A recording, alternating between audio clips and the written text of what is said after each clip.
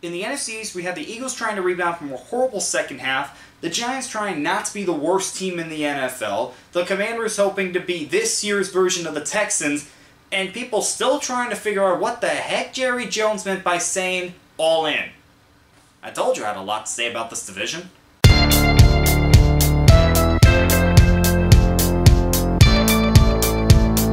What's going on, guys? Dick's Report here, back to another video. Today we are talking about the NFC East. I have a feeling this is going to be a long video, so I don't want to waste any more time. Let's start with Dallas.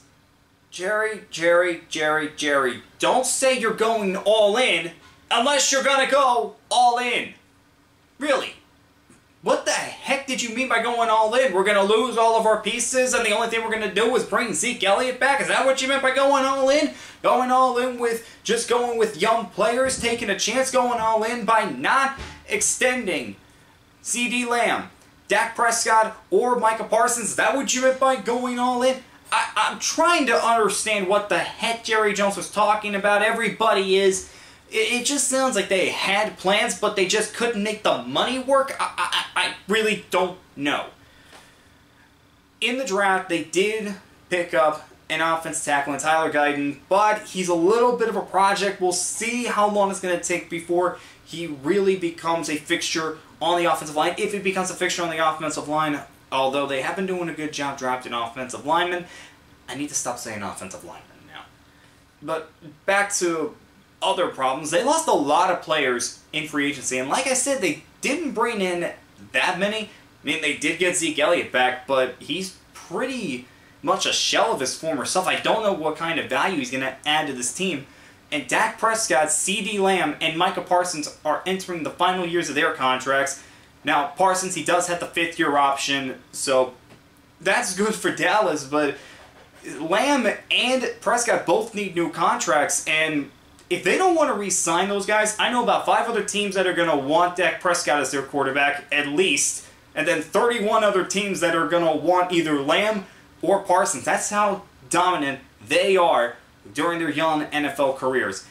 I just don't know what is going to happen with this Dallas Cowboys team. There is a chance that they could repeat as NFC East champions, and there's even a chance where they don't even make the playoffs altogether, and Mike McCarthy, his seat is on fire.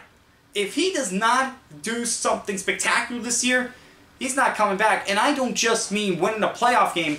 I'm talking he might have to get to the Super Bowl to save his job. That's what it seems like at this point. Dallas, this season is going to be talked about nonstop, and this is only the beginning of it.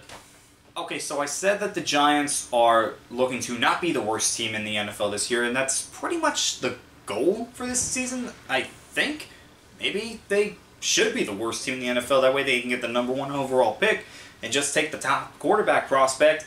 That way they can dump Daniel Jones. I mean, that contract extension, even after one season, it's looking like a disaster. I mean, Daniel Jones, he had a good rookie season and an okay 4th year, and everything else has just been a complete disaster. There's no way of sugarcoating it.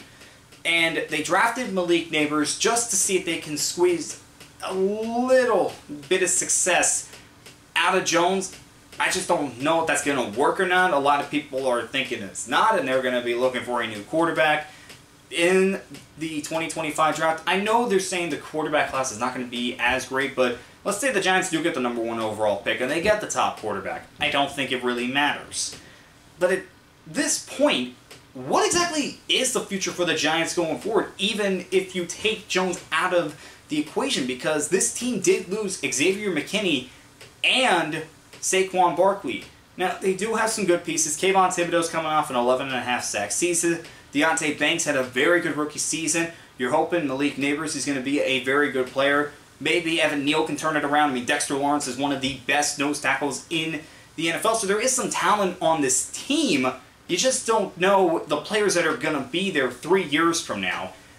And quite frankly, I don't think we're going to know until it happens, until 3 years from now, and we'll see where the Giants are. I mean, Brian Duvall, is he going to be there in 2025? That's a great question, and he went to the playoffs in 2022.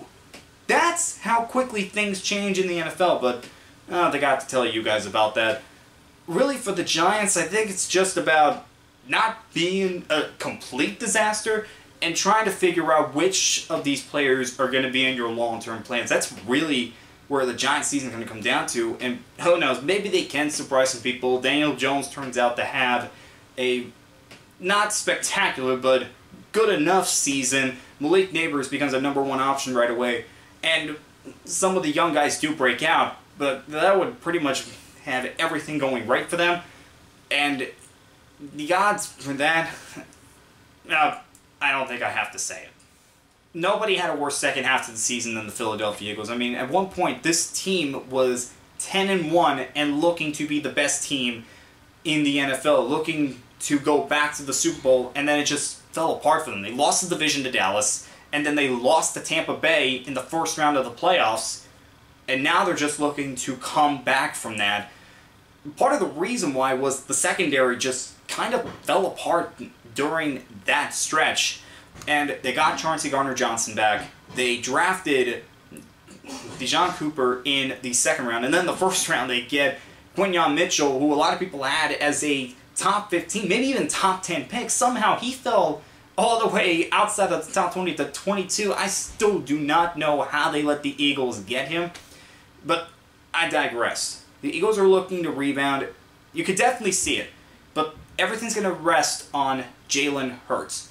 Jalen Hurts, he has to prove that the year that they went to the Super Bowl was not just him being a one-year wonder, that was a season for sustained success for the next decade. He's got to prove that he's not a one-year wonder. And I know, it's still very young in his career, but hey, we're hearing people say that. So just put those doubters to rest. And then they get Saquon Barkley, who does have a lot of mileage on him, but if he works out for the Eagles, it just takes this offense to another level. And then both A.J. Brown and Devontae Smith, I mean, they're one of the best 1-2 duos, and A.J. Brown just got a new contract, so you got to feel great about that. This Eagles team, they are still very good, but you are replacing both Fletcher Cox and Jason Kelce, two big members of that Eagles team that had been there for over a decade.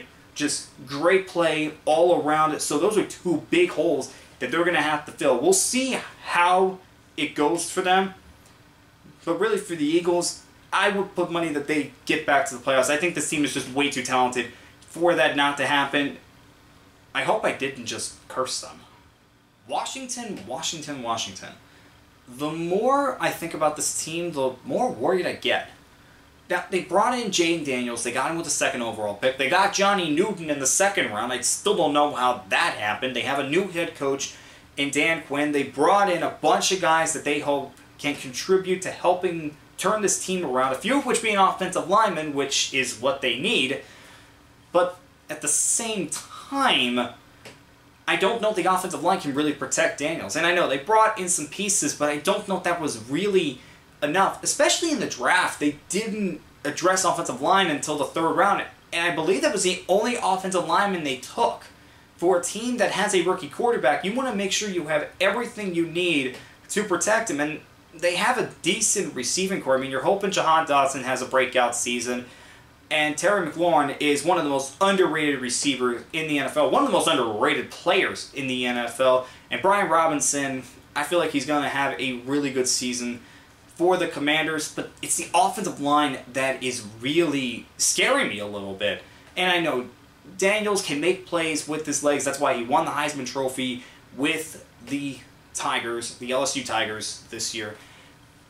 But again, he can't be doing that all the time. He's got to be able to stand in the pocket and deliver a throw.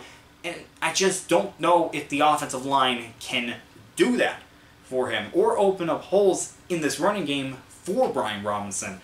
And that's why I'm a little concerned at this point. I mean, if it doesn't work out and Daniels is getting pressured and he's struggling early, it could fall apart. The season could fall apart for the Commanders. And, I mean, we all know what happened with RG3, and I know, different coaching staff, different ownership, but the point still remains. If you don't give a rookie quarterback the foundation to succeed, they're not going to succeed most of the time. It's just not going to happen.